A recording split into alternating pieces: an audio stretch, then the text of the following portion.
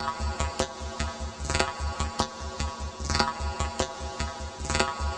was the first one to be picked up, so they put me in a cell.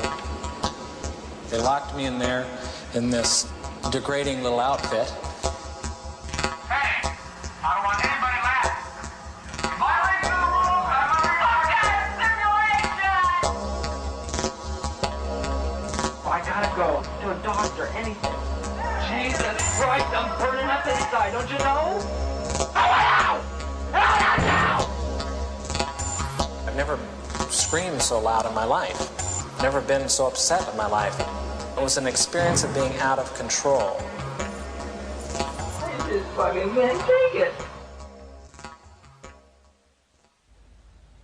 Stanford University, Northern California, one of America's most prestigious academic institutions, and in 1971, the scene of one of the most notorious experiments in the history of psychology. I was interested in what happens if you put good people in an evil place. Does the situation outside of you, the institution, come to control your behavior, or does the things inside of you, your attitudes, your values, your morality, allow you to rise above a negative environment? The negative environment Zimbardo chose to test his ideas was a prison. He would convert the basement of the university's psychology department into a subterranean jail. We put prison doors on each of 3 office cells. In the cells, there was nothing but 3 beds, and there was actually very little room for anything else because they were very small. And here we had solitary confinement, which we call the hole. And in the hole was the place where prisoners would be put for punishment. It was a very, very small area. When you closed the door, it was totally dark.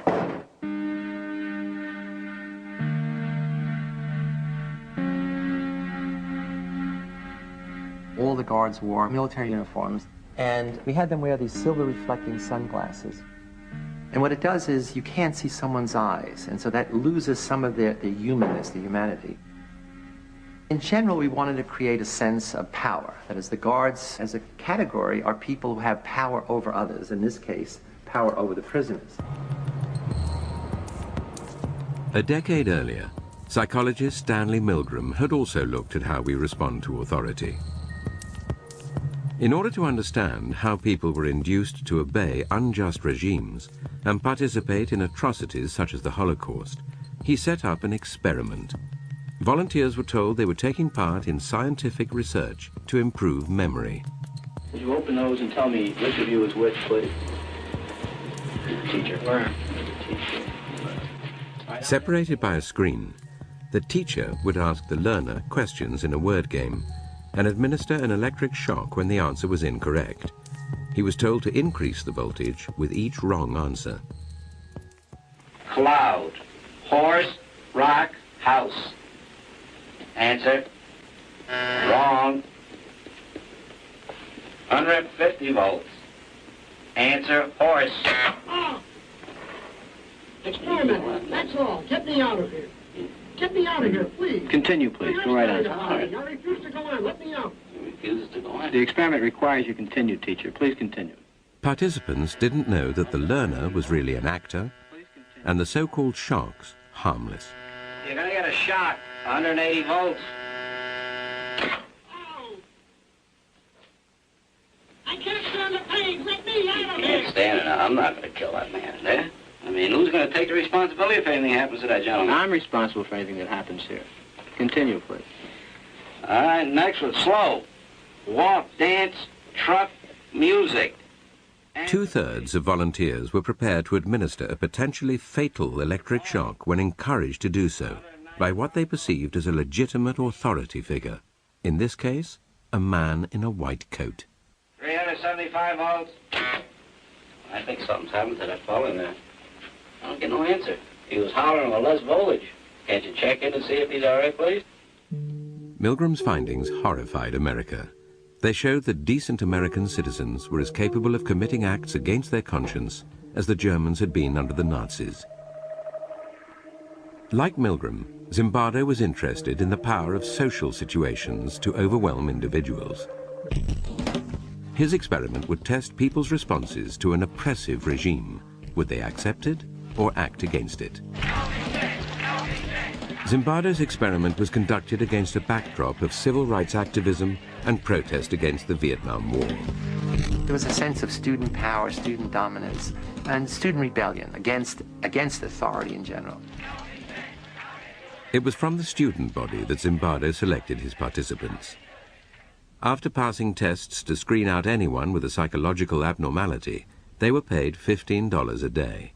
Each was randomly assigned to the role of guard or prisoner. It was a prison to me. It still is a prison to me. I don't look on it as an experiment or a simulation. It was just a prison that was run by psychologists instead of run by the state. I was 20, and that September I was going to college, and it would be nice to have a summer job, but there sure wasn't a lot of time left. And I looked in the want ads, and I found this thing which was just going to fit. It was just 2 weeks. Once you put a uniform on and are given a job to keep these people in line, you really become that person. Once you put on that khaki uniform, you put on the glasses, you take the nightstick. I was on summer break from my first year in college, and I was looking for a job. Had to choose between that and making pizzas. That sounded like a lot more fun. As well as running the experiment, Zimbardo took on the role of prison superintendent. He began by briefing the guards. I said, you have to maintain law and order. If prisoners escape, the study is over, and you can't use physical violence. You can create a sense of fear in them. You can create the notion that their life is totally controlled by us, and that there'll be constant surveillance. We have total power in the situation, and they have none. Prisoners were brought to the basement prison, blindfolded, to confuse them about their whereabouts. They were stripped and deloused. Of course, the guards started making fun of their genitals and humiliating them. And really, it's the start of what's known as the degradation process, which not only prisons, but lots of military-type outfits use that process.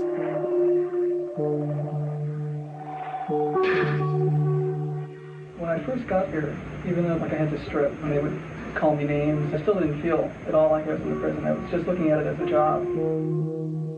I recall sort of walking up and down the very short hallway, which was the prison hall, and looking in on the prisoners, and they're basically lounging around on their beds. I felt it was like a day in summer camp. The first day I said, this might be a very long, very boring experiment, because it's conceivable nothing will happen.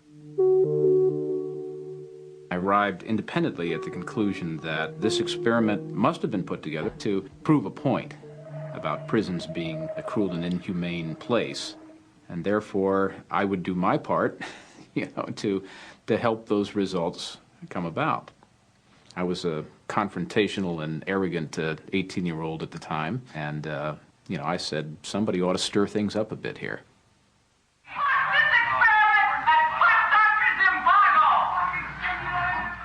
On the second morning, the prisoners had decided to stir things up as well. The guards found some of them had used their beds to barricade their cell. Prisoner 8612 was one of the ringleaders of the rebellion.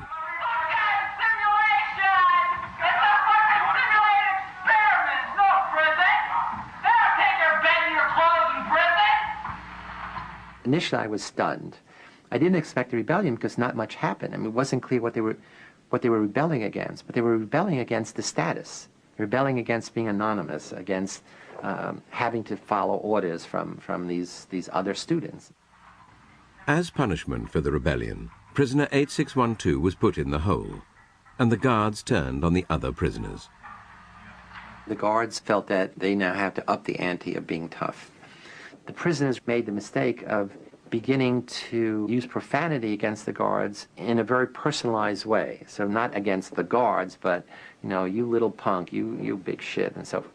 And the guards got furious. Everybody out! Come on, Well, gentlemen, here it is time for count. Prisoners were repeatedly woken in the middle of the night. The guards made them do menial, physical tasks and clean out toilets with their bare hands. We made it a point to not give them any sense of comfort or what to expect, that anything could happen to them at any time, including being rousted from their sleep at any hour and forced to stand up in a line and have me hurl insults at them and make them do exercises. When you interrupt people's sleep, they tend to become a little disoriented. And since there was no daylight in the prison, they had no idea whether it was night or day. I think that I was the instigator of this whole schedule of harassment.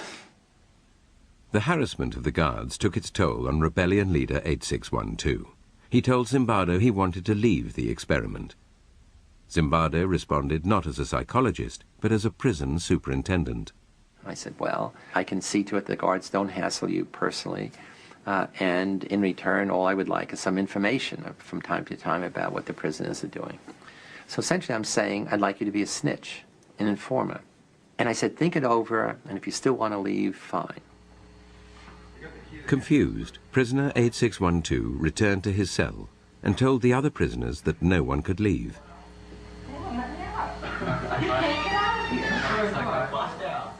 He believed that we wouldn't let him go, although we've never said that.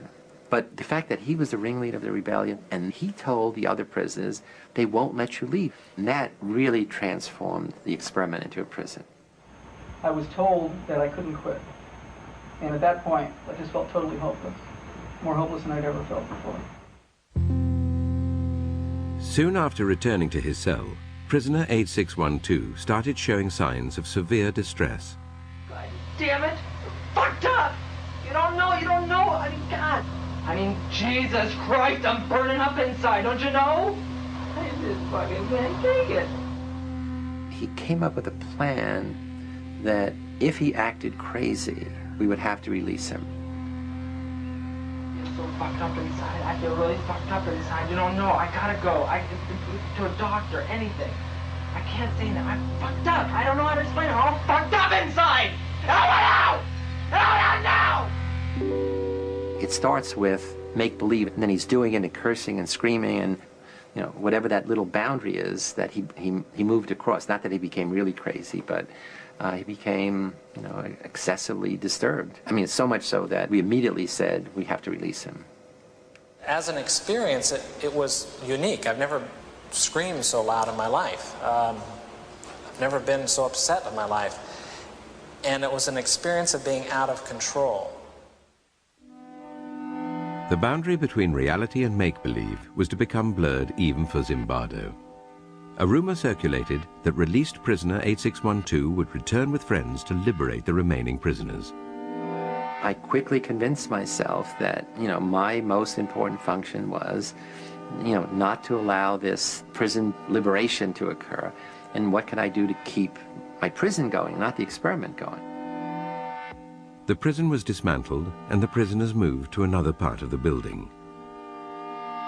Zimbardo waited in the empty corridor, preparing to tell 8612 and his friends that the study was over, when a colleague appeared and began asking questions about the scientific basis of the research. I'm trying to get rid of him. Then he says, what's the independent variable? I get furious because he doesn't understand that there's a riot about to take place, that this prison is about to erupt. I had totally lost this whole other identity of scientist, researcher, psychologist. The rumored jailbreak never materialized. The guards had dismantled the prison for nothing and had to rebuild it. They took their frustration out on the prisoners. They escalated again the level of control, the level of dominance, the level of humiliating behavior.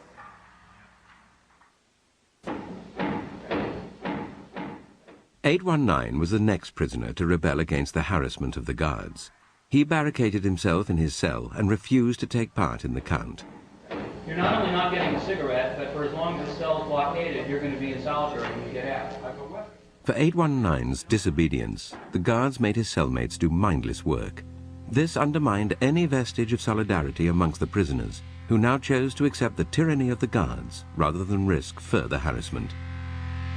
That was one of the surprising things to me, is that there was so little that the prisoners did to support one another after we started our campaign of, divide and conquer. Isolated and distraught, prisoner 819 told Zimbardo he wanted to leave. While I'm interviewing 819 and saying, okay, it's all over, thank you for your participation, I'll give you money for the whole 2 weeks, even though you're leaving early, he hears the prisoners shouting, 819 did a bad thing. Prisoner 819 did a bad thing. Prisoner 819 did a bad thing. Prisoner 819 did a bad thing. And he said, I can't leave. And he's crying. And he says, I can't leave. I said, what do you mean you can't leave? He said, no, I have to go back because I don't want them to think that I'm a bad prisoner. And that's when I really flipped out. That in such a short time, a college student's thinking could become so distorted. I said, you're not a bad prisoner. You're not a prisoner. And this is not a prison. And it was this thing where he opened his eyes. It was just really like a cloud being lifted. Seeing things clearly, prisoner 819 reverted to his original request and was released. To replace him, the experimenters called in one of their reserves from the standby list. I got a phone call saying, are you still available as an alternate? Kind of cheery female secretary voice. I said, yes, sure. And so she said, could you start this afternoon? And I said, yes, sure. And my role in the experiment really began.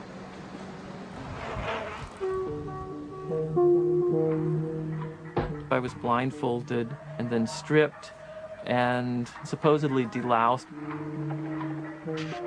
He came into a madhouse, full-blown. All of us had gradually acclimated to the increasing level of aggression, the increasing powerlessness of the prisoners, the increasing dominance of the guards. And he comes in and says, what's happening here to the other prisoners? And they said, hey, you better not make trouble. It's really terrible. It's a real prison.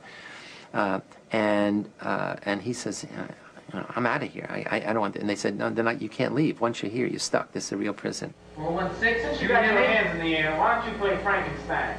293, you can be the bride of Frankenstein. You stand here. Prisoner 416 was soon subjected to the harassment of Dave Eshelman, nicknamed John Wayne because of his macho attitude. 416, I want you to walk over here like Frankenstein and say that you love 293.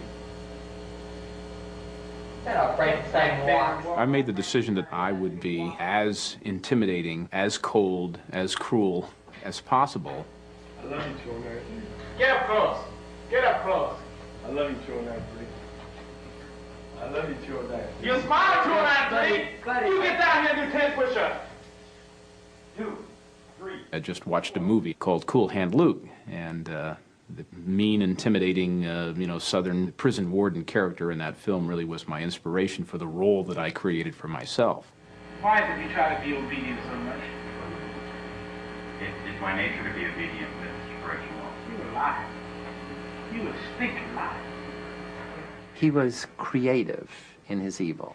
He would think up very ingenious ways to degrade, to demean the prisoners. What if I told you to get down on that floor and fuck the floor? What would you do then? One of the best guards was also on that shift, and instead of confronting this bad guard, the sadistic guard, essentially because he didn't want to see what was happening, he became the gopher. He would go out to get the food and things of this kind. And that left the John Wayne guard and another guard on that shift to be dominant. We were continually called upon to act in a way that just is contrary to what I really feel inside. Just continually giving out shit. It's just really one of the most oppressive things you can do. 416, while they do push-ups, you sing Amazing Grace. Ready? Down. Amazing Keep going. Grace. Keep doing push-ups on your own. The madness of the experiment started to affect prisoner 416.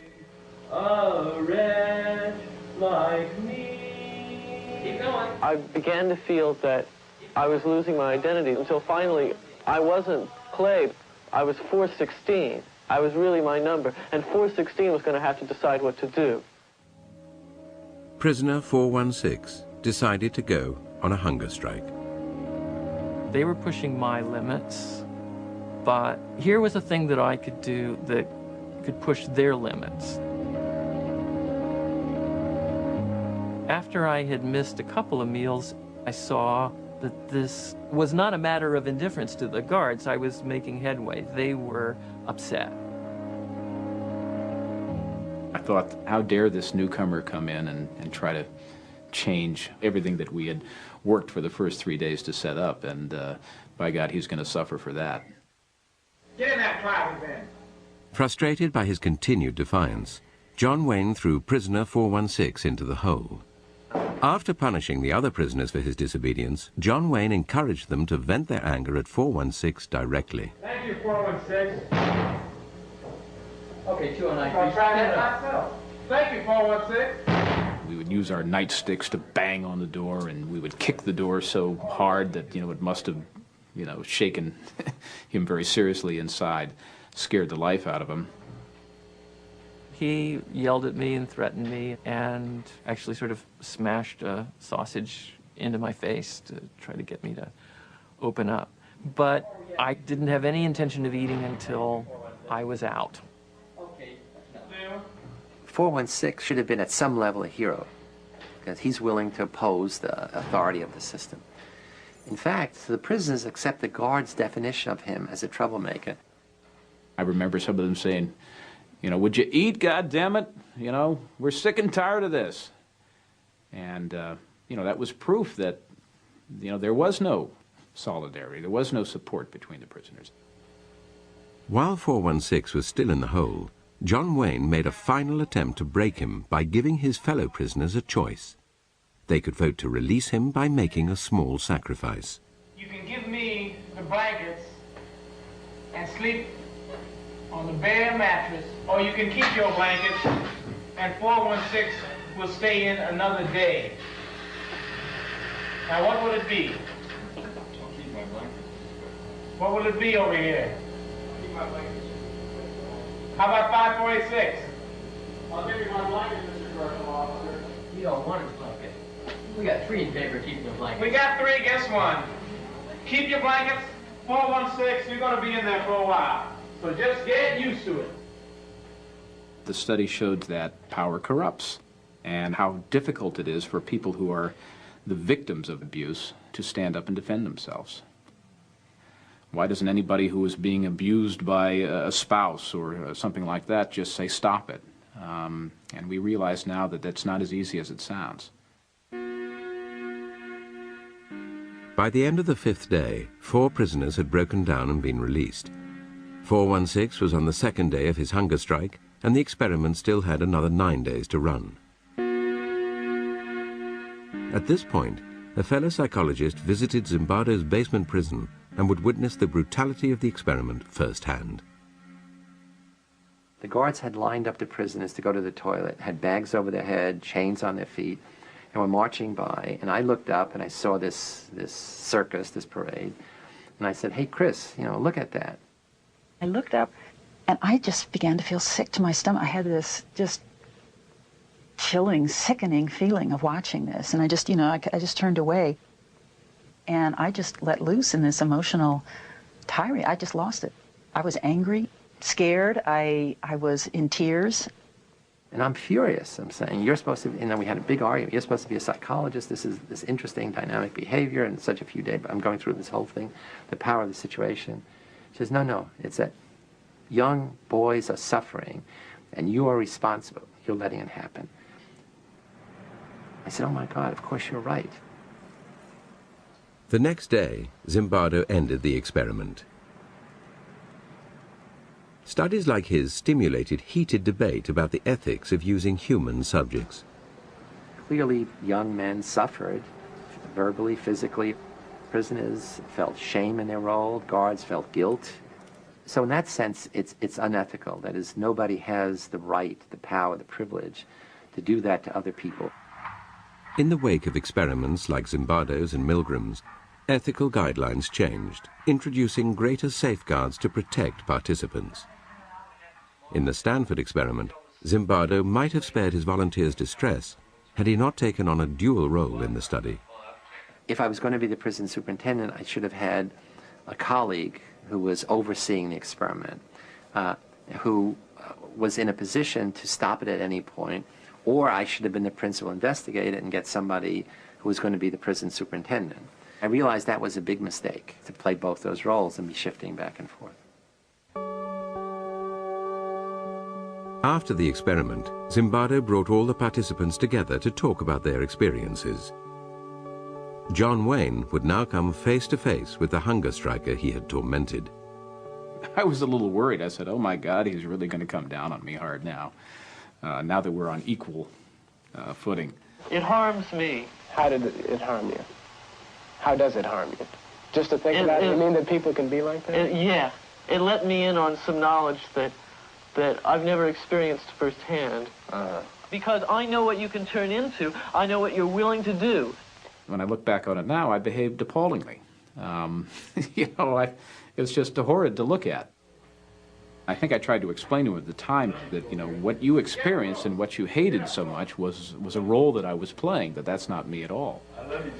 He was trying to dissociate himself from what he had done. That did make me angry.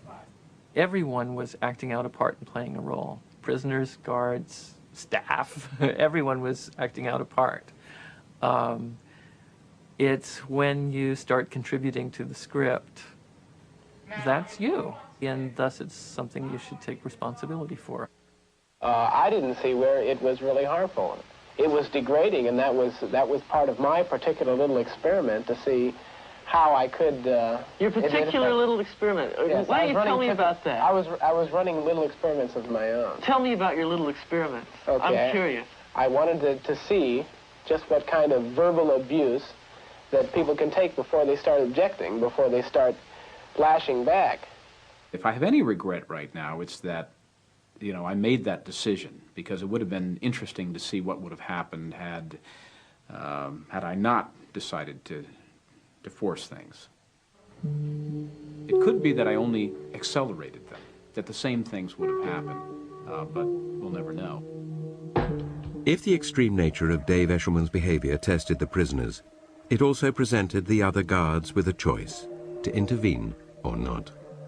It surprised me that no one said anything to stop me. They just accepted what I said, and no one questioned my authority at all. And it really shocked me. Why didn't people, when I started to abuse people so much, I started to get so profane that, and still people didn't say anything. There were a few guards who hated to see the prisoners suffer. They never did anything which would be demeaning of the prisoners.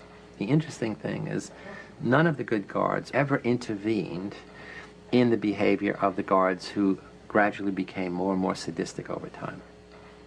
We like to think there is this core of human nature that good people can't do bad things and that good people will dominate over bad situations.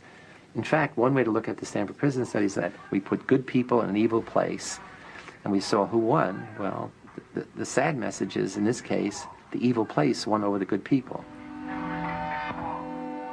It did show some very interesting and maybe some unpleasant things about human behavior. It seems like, you know, every century, every decade that we go through, you know, we're suffering the same kind of atrocities, and you need to understand why these things happen. You need to understand why people behave like this.